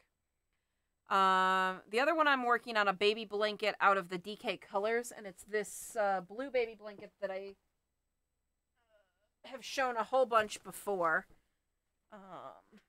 Slipping out of the seat here. So, I'm making a baby blanket for a coworker of my husband's. So I'm using DK Colors. I'm using the same pattern. I'm probably going to do the same border. It's going to be a very similar blanket to this, but it's in the color Wisteria, which is, it's got a little bit of this bright blue in it, but it's also got a light purple and a dark purple. So they had a baby girl, and I'm rather attached to this blanket, so I'm not giving it up, but I decided I would make, one out of the same pattern. So I am working on that. I think I'm like 4 rows in, so I'm not particularly far along on that one. But I'll show you the yarn real quick. So it's still DK Colors. It's exactly the same. I don't know. It could be in here. It's gray. I don't remember what kind of bag it's in. Not this one. Oh, this is a baby sweater that I was working on. I forgot about it. Again, haven't really made any progress since the last time I showed this. So I've got this is like the base to a sweater. The arms are joined now. And so now I have to work around and make the rest of the sweater. And then you go and you add the arms in. So, this is a sweater that I'm working on. This is the baby blanket that I've started. So you can see here, it's still got the same blue. Like this really bright blue is like a dead match for that. And then the light blue is the same as this light blue, but instead of going to light gray and dark gray, it goes to light purple and dark purple. So just a hair girlier than the grays are. Though I don't know that I would call, like, this is a really pretty blanket, but I don't know if I would give it for a baby girl or baby boy. Like, it's not particularly masculine, but I don't know. It's really, really pretty. So, but anyway, that's what I'm working on. And again, that Hyuga charm, which is in a bag somewhere, and I'm not sure where. Let's see. It's just gray and sparkly, and it's in some sort of bag. It's pretty full because they're big balls of yarn. Let's see. Tammy Bandit's saying that the blanket's beautiful and doesn't blame me for keeping it. The pattern is my own. It's just it's the interlocking shell stitch, and it's available on the channel. The stitch pattern is also available on the channel. So there are 2 separate videos, one for the blanket just showing how to do the stitch. I do give instructions on how many wide I worked the blanket, but you can do wider, narrower. You can turn it into a scarf or a cowl or something like that. And then the edging is really cool. You do 2 rows, and you have to pass the hook back and forth to be able to get the like curly look to the edge of the blanket. My husband went upstairs in search of the other project, and so when he comes back, I'll show the edge a little bit in more detail, and get him to link the projects for the channel. So, yeah, I think that's it. Yeah, this is it. If you can get the links for the interlocking shell stitch and then switch the camera view so I can show the edging in more detail. So the edging it's really interesting because it, like, I don't know if you can see it particularly well. But it sort of curls into itself. And so you work the first row and then you work the second row. And you have to like tip the stitches back and forth. It's really easy, but you got to kind of pay attention to what you're doing. But I'm so bad at finding the camera.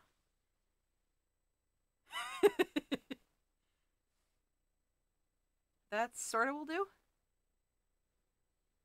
All right, so we're over here. So yeah, you can see they're just chains, and you, I think it's like chain 5, and then you single crochet, all the way around for the first, and you get this like really nice loopy border. One of the things that I really like about it is that the loops are not big enough to really get your fingers through, or like a baby hand couldn't stick through there. So even though it's nice and looping, it's tight enough that you don't have to worry about like a baby's arm or something getting caught. Like, I'm sure they can get their fingers through there. They're smaller than mine, but they wouldn't be stuck. So this is a really, really, really tight textured blanket. Very much more like a knit blanket than it is like a crocheted blanket, because all of the empty hole space disappears the way you work these interlocking shells. So, very cool. I've got that hood that I was working on, and this is the Hyuga charm yarn. Let me clear the blanket off of here. What's that? Yeah, you could link the edging as well. So, this is the charm yarn that I was talking about. This also has the sparkle wrapped around, but they sort of, it's a weird yarn. I'm not sure how they constructed it, but the sparkle is not able to slide back and forth. So I was talking about when they normally when they wrap a yarn, the sparkle can like move up and down the yarn because it was like the last process that they did, and it's not really attached. This is like embedded in here. So I've had zero problems with the sparkle sliding around. It's not really scratchy, and I really like that about it. It's got kind of like a halo to it that makes the yarn look very, very soft. And like you can't really focus on this yarn because it's cloudy. I don't really know how to describe what I'm saying here, but so this piece, I've got the first piece of the hood closing in on done. So you just work it like this. So you work this square and then you start increasing out, and you get this like mermaid tail shape. And what this is it's the side of the hood here. So it's going to sit like this. There will be a cable that goes up the center here, all the way down the back of the head, and all the way down the middle of your back. And then there's a cable that comes right here. And you work the cabled piece in one long strip for the whole hood and back, and then you work a small strip for the front. And then what happens here is this piece lays like this, and this comes around and will be pointy right here. So it'll be pointy to here, then there'll be a cable, and then another pointy piece here, making a hood with sort of a V shape on both the front and the back. It's a little hard to describe, but if you look on Red Heart's website, they've got this cabled hood cowl, I think they call it. Does it frog okay with the halo? I think it was frogging just fine. Yeah, that's it. My husband's gonna post the link. Yeah, it seems like it's... I'm just pulling a couple stitches out here. It's not grabbing at all. It's a really weird halo. I don't really know how to describe it. It's not like mohair or something like that with real long fibers. It's very halo-y, but not long. I'm a little bit worried that this yarn is going to pill. I haven't seen any reviews that say that, but it's just got this like mossy fuzz to it.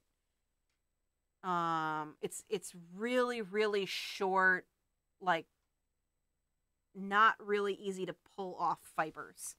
So halo is sort of a weird word for it because it's not exactly the same as yarns with a whole bunch of halo.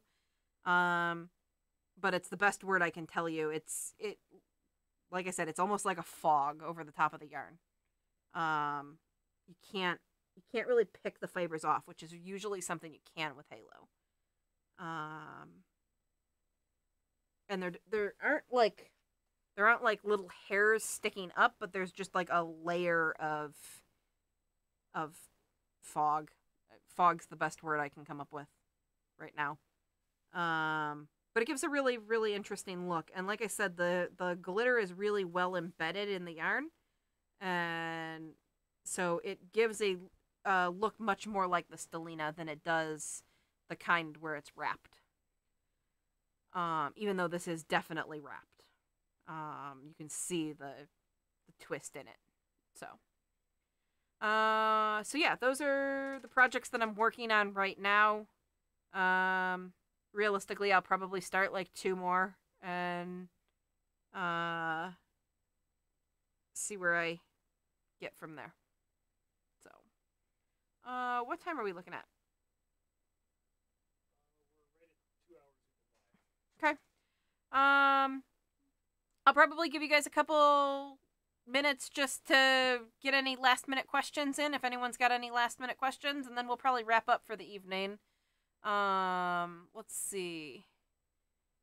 Stamping Man is saying if it's short and not catching, you'll probably be okay where pilling's concerned. She's definitely right there. You get the worst pilling when you've got long hairs that can like roll into a ball. So yeah, it might not pill badly at all. So the other thing is it already sort of looks worn in a little bit, and so I'm hoping that it won't look worse as it wears. Like like if it gets rubbed and, you know, because like it's intended to be worn inside a jacket, that as it gets rubbed and stuff, if it doesn't pill badly, that it'll always sort of have this like worn in look and like cozy look, but not look like ragged. I've noticed that's a really big problem with something like Karen Simply Soft. It looks really nice for a very short period of time, and then it looks really worn, in my opinion. At least the few things that I've made out of Simply Soft,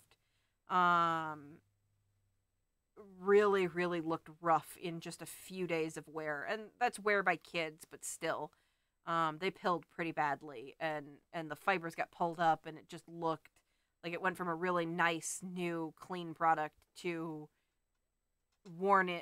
really worn in like 3 days use. Stampy Bandit's saying that they'll go back and watch the haul in a bit. So yeah, the video will take a little bit of time to like post to YouTube, and then it'll be available. So thanks for joining us, and then also for going back and catching the front half of the live stream later.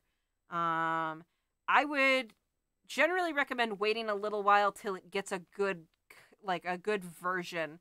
YouTube's really good at getting like 240p.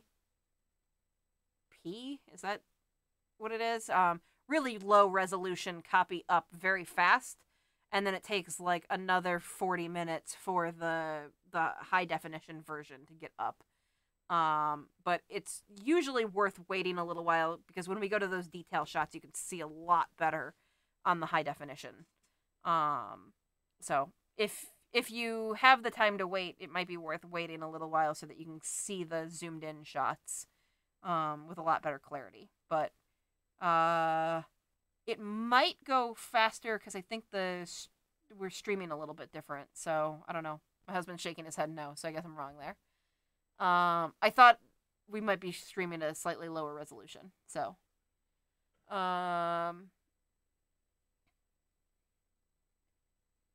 let's see. Yarn balls hanging on their yarns. Did I miss might have been something I was talking about with the pilling. Oh, apparently you can rewind it and watch it again. I didn't know that. As long as you don't like leave, if you were already here watching the stream, can you rewind it to the beginning if you joined in the middle though, or is it like DVR? I believe so. Okay. You just once the stream ends, if you don't already have it open, then you have to pick. Okay. So, my husband thinks that if you're here and we stop streaming and you rewind it while you're still here, you can watch it from the beginning. But if you leave or close the tab, or, you know, you showed up 5 minutes after we stopped, you have to wait until the video renders. So, I'm not positive, but he thinks that's the mechanic, and that it doesn't work like DVR, where you can only rewind to where you started. So, he thinks you can get the whole stream, no matter where you came in, as long as you came in while it was live. All right. I think that's really all I've got to show for tonight. If anyone has suggestions on things you'd like to see during the live stream, I always would like suggestions. I really, really like doing the live streams, but I hate starting one up with no topic. So I usually try and find some sort of topic to start talking about, even if it's only 20 or 30 minutes, just to get things moving while people join in. And then I can, like, let questions and answers take over. But if there's some sort of topic you'd like me to talk about live, I'd love to hear those. You can leave those in the comment section. You can message them to me directly on Facebook or Instagram. At Experiments in Crafting, you can see the little thing there. Pixel Graphgans. We could talk a little bit about them. I've done some corner to corner. I do have a corner to corner video, but I actually have not done any full Graphgans myself. So we could talk about them a little bit, and how you'd go about changing your yarn and carry on. I have a pretty good idea of how that works, but I have no actual experience making the pixel ones. But it's a great suggestion as a topic. I can also, I've got a long list of videos to make, but I can also add that to the list and actually do one and see what I learn, actually doing it firsthand. So, all right. So, I guess I will do the little spiel. If you are a subscriber and you're not getting enough notifications, you can try hitting the little bell right next to the subscribe button and changing the notification from personalized to all. That should get you the most amount of notifications that YouTube feels like sending you. That doesn't necessarily seem to be all of the notifications for every person, but that's the best we can do right now. If you like the video, please hit like.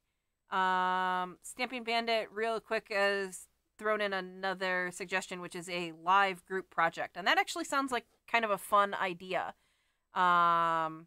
So maybe we can come up with something, and either, my husband's saying, either finish it in 2 hours, or we can do sort of a live check-in. I'd really like to get the Facebook group figured out. So I have a Facebook page, but apparently what I really need is a Facebook group. And so while I'm off, I hope to get that figured out. So maybe we can do some sort of crochet along where we can all check in and share pictures and talk with each other. So I'm not the only one sharing my project. So yeah, maybe we can work on a technique or pick some project that we can all work on together over the course of a couple of weeks and check in with each other. So there's a couple options there. I've also considered doing, and it might be the perfect time to decide, is if we do like we could do like a 12 square Afghan, so like a 3x2, where you make like a 12 by 12 square, each square being different, and you do one per month. So because we're coming in around to January, you could start in January, and then each square would be one different thing, and you assemble them all in December. And then you have a blanket in a year.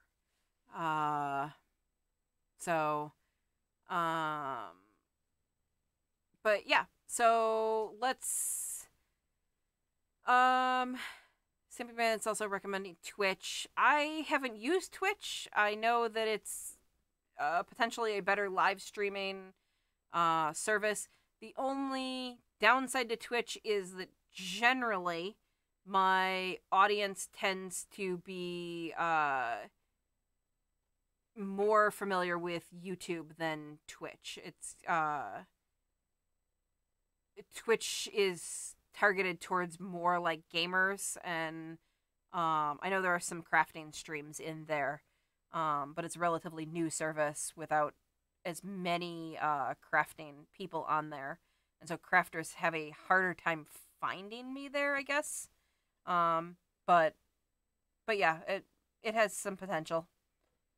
It would just, the thing is you're technically not allowed to like go on and say, we're doing a stream on Twitch, go over here and follow this link on YouTube, and then everyone gets the YouTube notification that we're live, and it just redirects them to Twitch. Like, they really, really don't want you to do that. Slash is against the rules. But yeah, so I'm gonna wrap up for the evening. Please, if you have more ideas, throw those in the comment section or message them to me directly, either or. But thank you all for joining me. It was a lot of good conversation, a lot of good questions tonight. It really helps when you guys are asking questions to keep the stream moving and keep me talking. Otherwise, I feel a lot of the time like I'm trying to fill dead space. But if there's a lot of good conversation, things move along really quickly, and 2 hours goes by really fast. So I do have a Twitter. It's not at Experiments in Crafting because that's too long for Twitter. I think it's EXPTS in Crafting. So and I very rarely use it. I mostly use it to read other people's tweets. I don't, but all of the notifications for the live stream and everything go to Twitter as well, because I post them from Instagram, and Instagram will automatically share them. So my husband posted the link there for our Twitter, and I was right. It's EXPTS in crafting. Experiments was too long. But all right, everybody, have a great night. Thank you for joining me. Hope to see you next week. Bye.